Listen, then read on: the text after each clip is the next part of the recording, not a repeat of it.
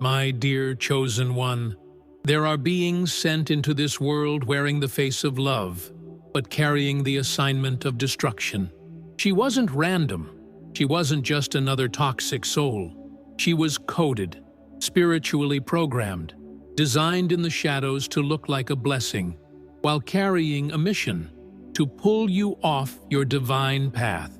Her presence felt intense, magnetic, necessary. But it wasn't love. It was surveillance. It was seduction, wrapped in spiritual language. Her assignment wasn't only to get close, it was to make you believe she was part of your calling. And that's what made her so dangerous. You weren't supposed to see it, not at first. The enemy never sends chaos looking like chaos. He sends it dressed in your dreams. That's why she mirrored your soul. She talked like your purpose. She moved like your missing piece, but her touch confused your spirit.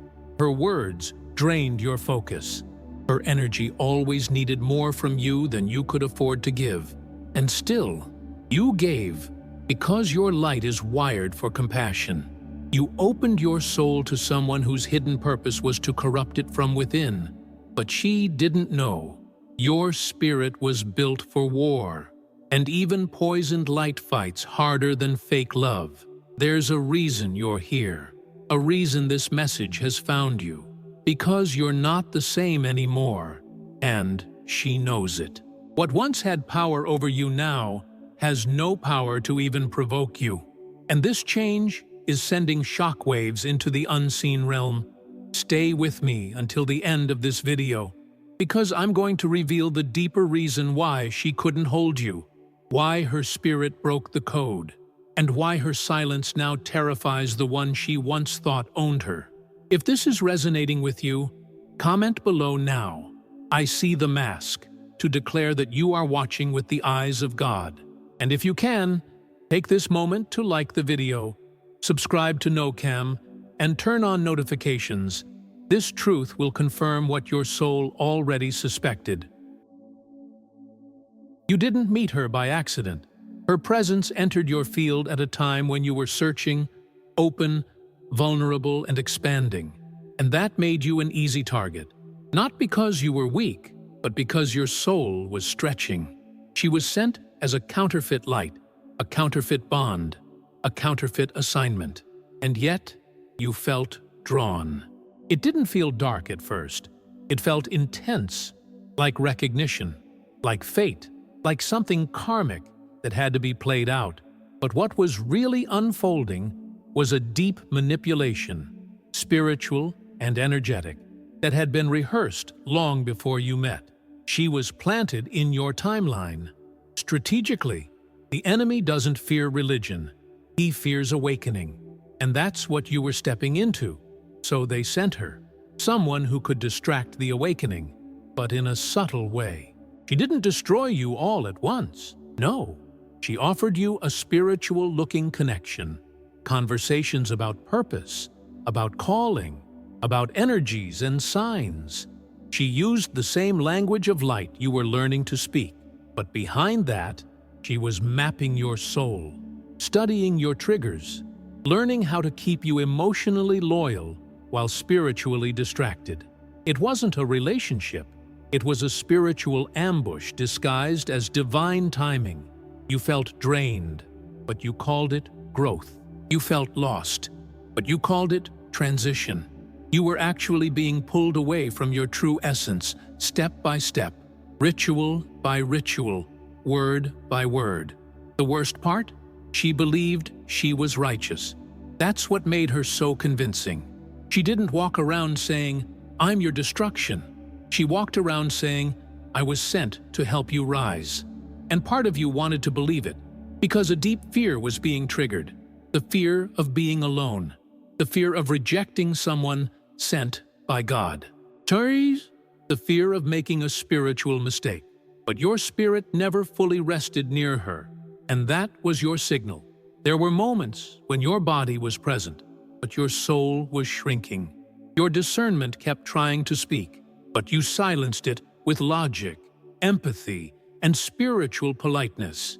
You told yourself, maybe this is just shadow work. Maybe I'm being refined through her. But the truth was much simpler and much more terrifying. You were being fed on. Your divine light was being drained, recycled, and used to energize a force that had no source of its own. She wasn't just taking your attention. She was taking your frequency. And the more you gave, the more she needed. Because parasites don't stop when you love them harder. They stop when you cut them off. But you didn't cut her off at first. Because your soul is noble. Because your heart still believed in the good. Because you didn't want to be the one who gives up on people. But over time, your body started feeling it. Your dreams became heavier. Your intuition screamed louder. You started having strange patterns of exhaustion, confusion, anxiety, not from within, but as if you were absorbing a storm that wasn't yours.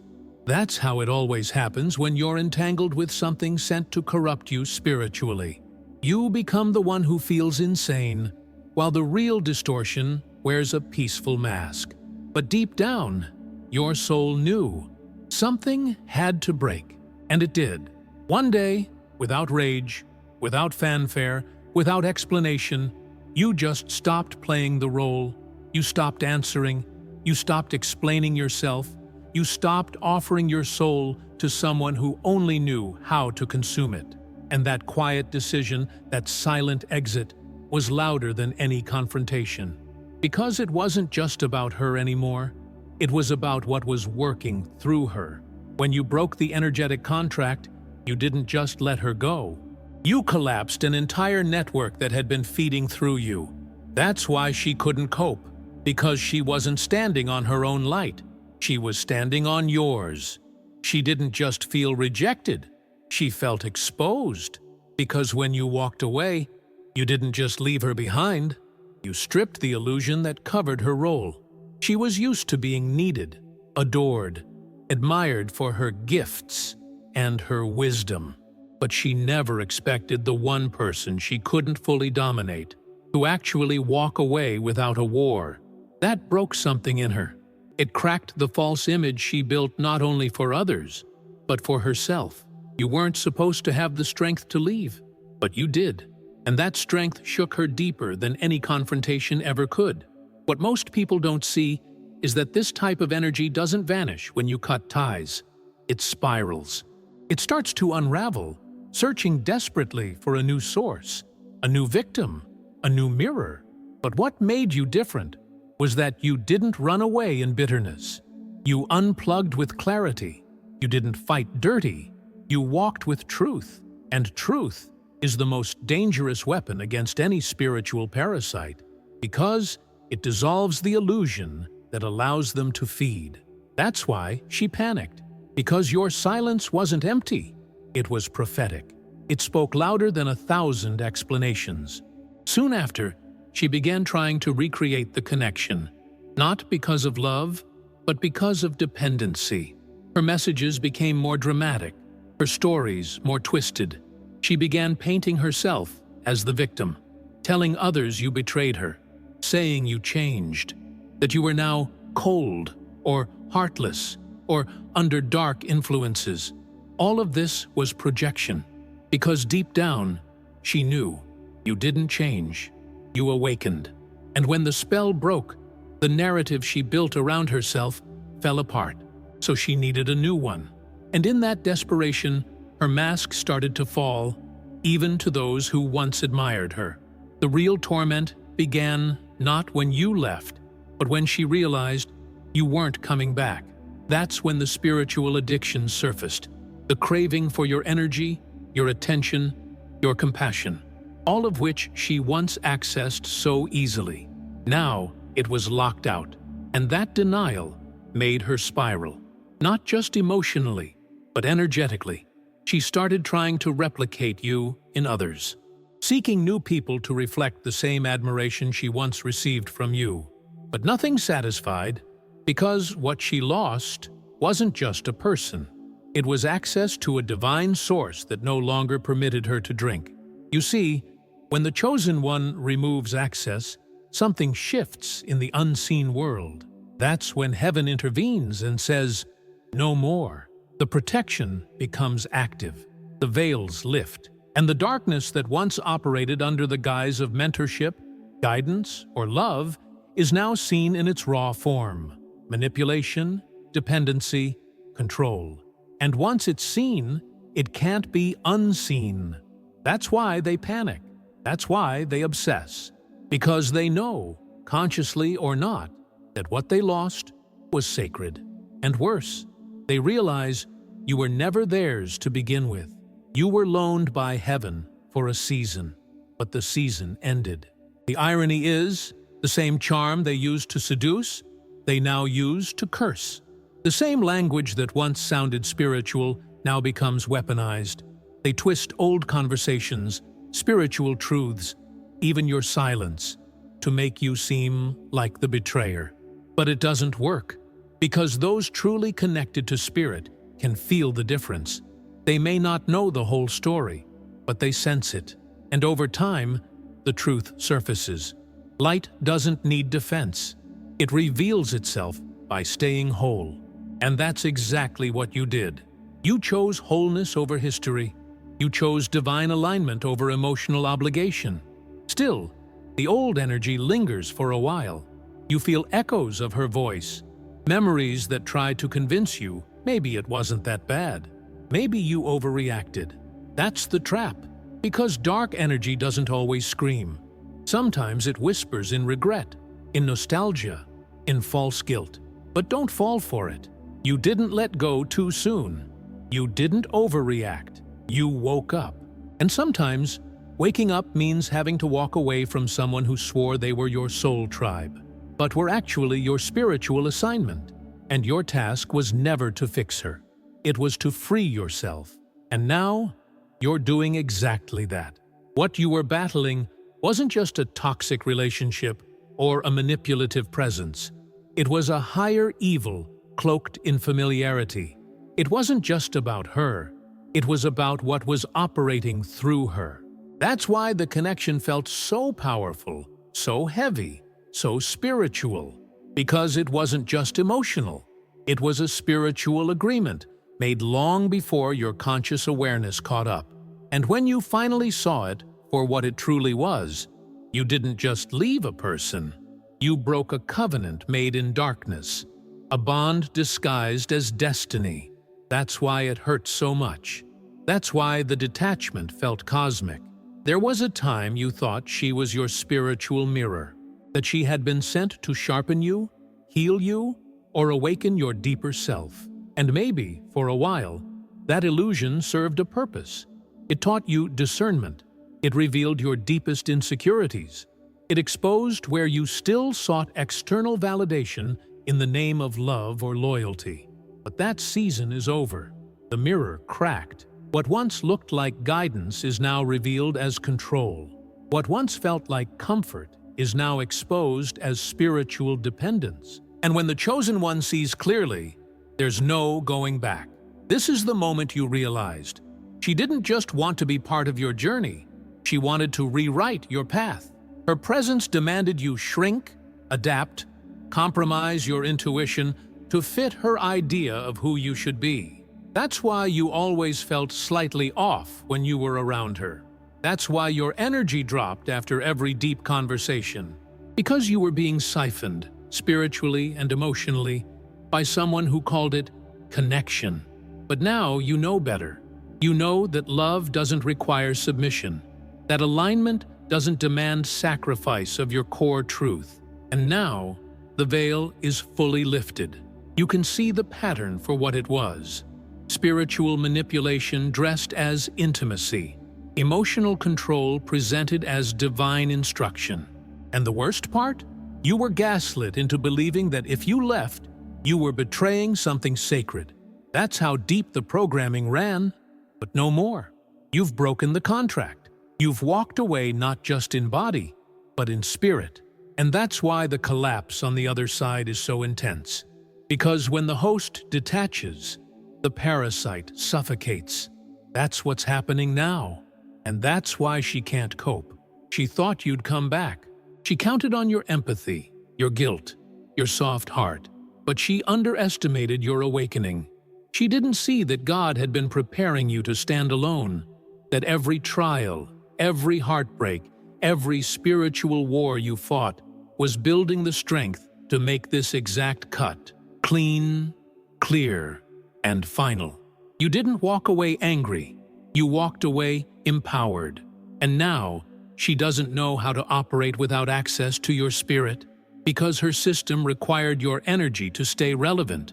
And now, she's irrelevant to your path. The more time passes, the more you feel your energy returning. Not because you got revenge, not because you won, but because you remembered who you are. The weight is gone, the fog is clearing, and every day you realize how much of your fire was being suppressed just to maintain that false peace. Now, peace is real, silence is sacred, distance is divine, and the more you honor that space, the more your spirit expands. Because where she once drained you, now God is pouring into you directly. And that flow? It's not just restoration, it's resurrection. But don't be surprised if she tries to return under a new disguise. Maybe softer, maybe more wounded, maybe even apologetic. That's how this energy works. It adapts. It studies your growth and finds new angles to reattach. But now you've matured. Now you see beyond appearances. And even if she says all the right words, your soul will know the truth. Because you're no longer available for spiritual parasites disguised as soulmates. You're no longer under their illusion. You don't owe her another chance. You already gave too many. This chapter is closed. And this time, it stays closed. There comes a time when silence becomes your most powerful declaration. Not because you're avoiding conflict, but because you've already won the war. When you walked away, you weren't just leaving a person or a situation. You were leaving a dimension, a level of consciousness where manipulation was dressed as care, where you had to shrink your spirit to maintain a connection. Now, in this elevated space, you breathe differently. You think clearer. You move with a lightness that only comes when the weight of false attachments is removed. You're no longer surviving in someone else's shadow. You're rising in your own light. You begin to see how many layers were operating behind that relationship. It wasn't just emotional. It wasn't just psychological. It was spiritual warfare disguised as romance, mentorship, or family. You weren't just emotionally involved. You were spiritually entangled. That's why it felt impossible to leave. That's why you kept justifying their behavior, doubting your intuition, and gaslighting your own discomfort. But God kept whispering, nudging, showing you glimpses, until the revelation became undeniable. What you thought was loyalty was spiritual bondage. And what you called love was energetic control. Freedom doesn't always feel good at first. Sometimes it feels like emptiness, silence, isolation. Because you've removed a presence that once consumed your thoughts, your emotions, your time. And in that empty space, you begin to realize you were never truly alone. God was waiting for this moment, waiting for you to reclaim your seat in the divine alignment, waiting for you to choose yourself without guilt, waiting for you to protect your soul without apology. The void you feel is not abandonment, it's a reset, a sacred pause before the new chapter begins. Now you see with new eyes. You look back at those old conversations, the old patterns, the strange coincidences, and you realize you were under a spell, a spiritual illusion that clouded your vision and suppressed your discernment. But now you feel sharp, grounded, awake. You trust your intuition again. You no longer negotiate with red flags or ignore spiritual unrest. What once confused you now feels obvious. That's the power of divine clarity. It doesn't just set you free, it changes your spiritual DNA. You're not just healing, you're evolving. And in this evolution, you become dangerous to the systems that once controlled you. Not because you're vengeful, but because you're unbothered, detached, whole. You don't respond to bait. You don't feed old dynamics. You no longer explain your boundaries or justify your silence. Your peace has become non-negotiable. Your energy, sacred.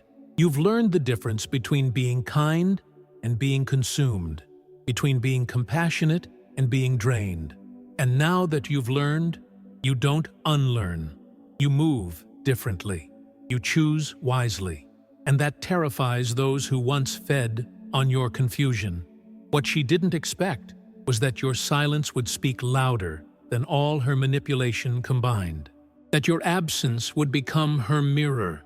That without access to your spirit, her false identity would start crumbling. Because it was never really about her. It was always about what she was attached to. Your light, your purity, your prophetic nature. You were her last link to divinity. And now that link is broken. She's not just missing you. She's unraveling. Because the force she pretended to carry was borrowed from your soul, and you've taken it back. Let that truth settle in. She was feeding off of your fire. Her power was parasitic. Her presence was performative. Her love was conditional. And her loyalty was strategic. But now, none of it matters. Because you finally chose your spirit over your story. You chose your calling over their comfort. You chose to be misunderstood rather than manipulated. And for that choice, heaven rejoices. The divine recognizes when a soul breaks free from a system designed to keep them small. You didn't just escape. You elevated. You outgrew the lie. And now, you are untouchable. You are no longer defined by who tried to control you. You are no longer emotionally bound to the one who disguised obsession as connection. What once pierced your soul now has no access to your nervous system. You've become spiritually insulated, not from the world, but from the systems that once manipulated you under the name of loyalty. And this insulation isn't cold, it's sacred. It's what allows you to feel safe in your own energy again, to walk into silence and not feel empty, to stand alone and feel full. Because for the first time in a long time, your energy belongs to you again, fully, wholly, without apology. She thought your kindness was weakness. She mistook your spiritual patience for permission. She thought you'd stay as long as she spoke the language of light. But now she knows. It was never the language that mattered. It was the frequency.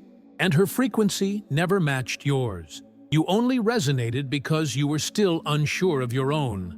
But now, your frequency is clear, firm, protected. That's why her spells no longer work. That's why her guilt trips collapse before they even reach your field. Because once a chosen one recognizes the vibration of manipulation, it never gets confused again. Not even when it shows up in the form of tears or nostalgia.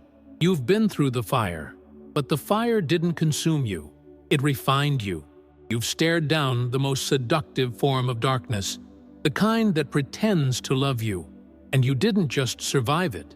You dissected it. You exposed it. You stripped it of its illusion. And now, you walk with a different kind of knowing, not just intellectual, but spiritual. You know the signs. You feel the shifts. You trust the tension. And most of all, you no longer apologize for seeing what others still excuse.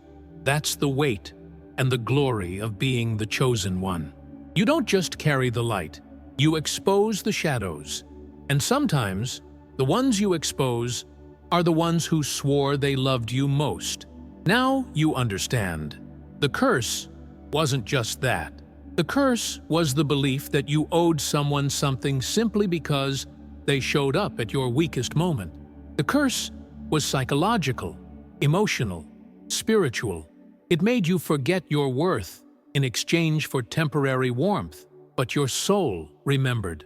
Even trapped in illusion, it whispered, "This is not your home." And now that you've heard it, everything has changed. You're not bitter. You're awake. You're not heartless. You're clean. You're not cruel. You're clean. You've finally walked away from what you shouldn't have, and this was your soul's way of reclaiming what has always belonged to you: freedom, peace, purpose.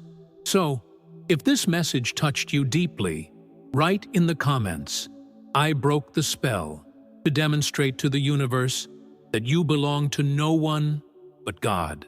That statement alone breaks even more chains. And I have a special request. Take this moment and like the button below, subscribe to the channel, and hit the notification bell. We're building a community, and this helps it grow even more.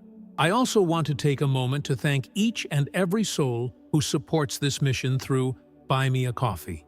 Your generosity is sacred and deeply felt. My sincere thanks. If you feel motivated to support us too, the link is right there in the first pinned comment below. Now, before you go, there's another video on the screen waiting to take you deeper. Or binge watch the playlist, and the journey will be incredible. Keep feeding your spirit to ascend even higher. Thanks for watching. See you at the next revelation, and may God bless you.